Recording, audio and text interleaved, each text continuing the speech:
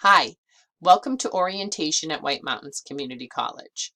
My name is Tammy Vashaw, and I'd like to take a moment to give you a brief overview of what to expect ahead. So you are here, and these are what we call modules.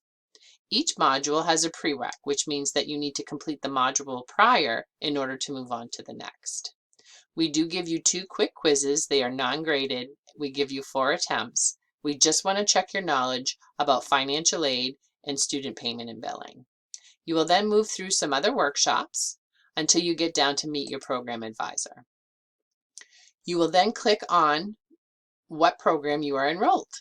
Some are PowerPoint based, some are video based. Some are large in length, so it may take a little bit of time for it to load on your computer based off of your internet strength.